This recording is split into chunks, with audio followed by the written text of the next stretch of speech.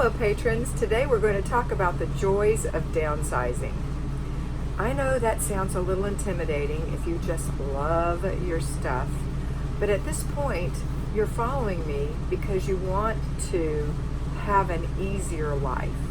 You want to have more breathing room in your personal spaces. You want peace, you want calm, you want joy, you want control.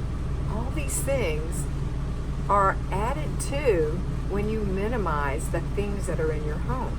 So let's go through your home one room at a time.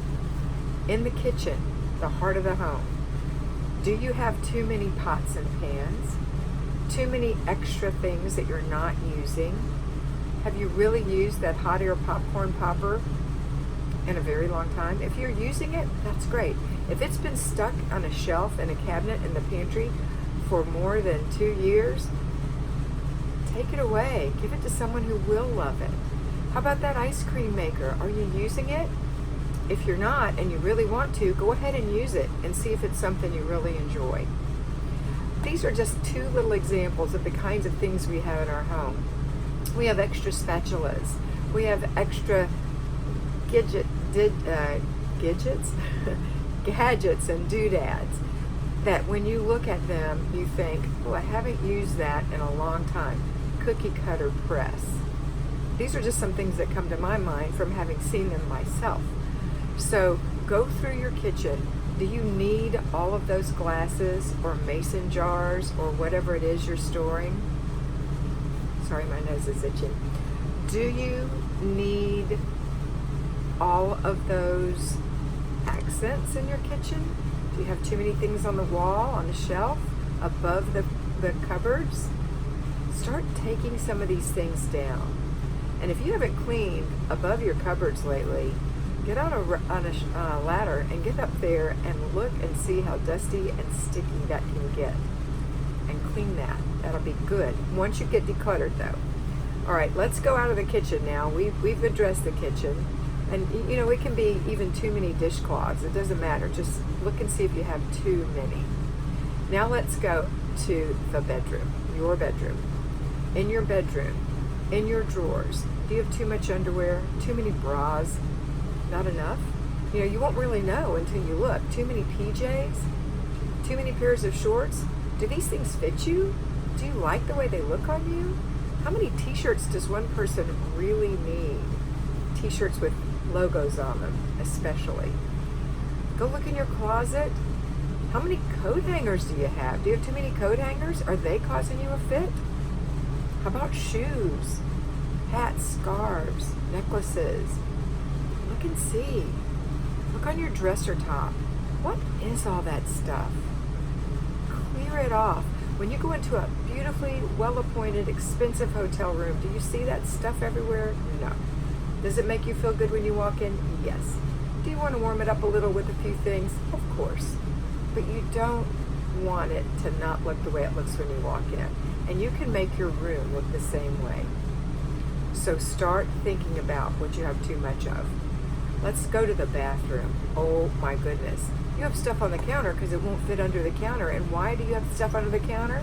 Because you bought things to try one time that didn't work, but it costs a lot of money and you're going to save it just in case. I know you. I know you. Pull that stuff out and throw it away. You will feel better. Nobody wants it. Throw it away. Now, put the things that you're really using in there. Now you have room to clean. All right? No, you don't need to keep 14 old toothbrushes. One's good. You can use it for detail cleaning. But that's all. All right.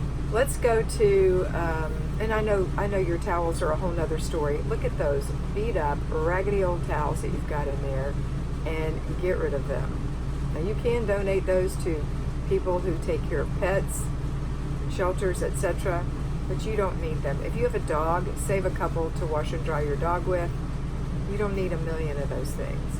I know my husband used to say, I'm saving this shirt. Why are you saving it? It's a good fishing shirt.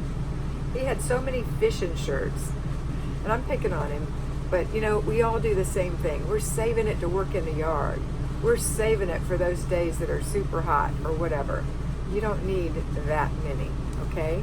All right, next, let's go into the living room. Oh my goodness, this is where all the electronics are, I betcha. If this is where your family hangs out, how many wires are in there? Now, men are weird about wires, so you have to ask your husband, if you're not the technician in the family, what is this wire for? Is it a duplicate? Can we get rid of it? If he doesn't want to get rid of it, then it has to be tied up and put in a little bin somewhere, not in the living room. If it's being used, maybe it can be tidied up against the wall behind the furniture or whatever. That is my pet peeve, wires. All right, I don't know what your pet peeve is, but I know that's a lot of what's going on in there. You may have a bookshelf in there that's loaded with stuff that needs to go. You may have too many books that you're not reading. You can't possibly love that many books. We all love books, but you don't need, if you're not reading your book, referring to your book, looking at your book, you're not loving your book. Give it to somebody who will love it. All right? And you don't decide who that is. You let the charity shop or the Goodwill decide who that is. Okay, next let's go to all the clutter that you have sitting around, and a lot of it is paper clutter in the living room. So let's clear out the paper clutter. My suggestion is to take all the paper you find in all these rooms and put them in one big stack, or two big stacks, or two banker boxes, or whatever, until you have gone through it an inch a day, an inch a day, an inch a day, till it's gone. Okay. All right. Let's go into the. Let's see. We've gone into the bathroom, and the bathroom is the same in all bathrooms. The bedroom, that will be the same for your children's rooms, your guest room, etc. Your kitchen, your living room, your dining room. If you have a formal dining room, are you using your table as a collect-all, a catch-all, a clutter heap? If you're not, good for you. If you are, let's get rid of those things. That's trash. Most of that is trash. All right, so think about after you do this, and maybe you have a hutch cabinet full of dishes, but you've thrown other things in there. Maybe it's time to cull that out a little bit. Can you imagine what this is going to look like when it's all cleared and shiny? It's going to make you feel so much better. All right, and the same goes for your shed and your garage and your porch, if you have a covered porch or enclosed sunroom. All the rooms of your house, your laundry room, your office, So let's get to work and clear it out, because it's going to make you feel better. Now I'm going to give you a challenge. I want you to pick whatever zone you're in, and right now we're in zone 2, the kitchen, but when you watch this, whatever zone we're in, I want you to pick one drawer. I want you to take every single solitary thing out of that drawer or cabinet, take it out, put it in a box.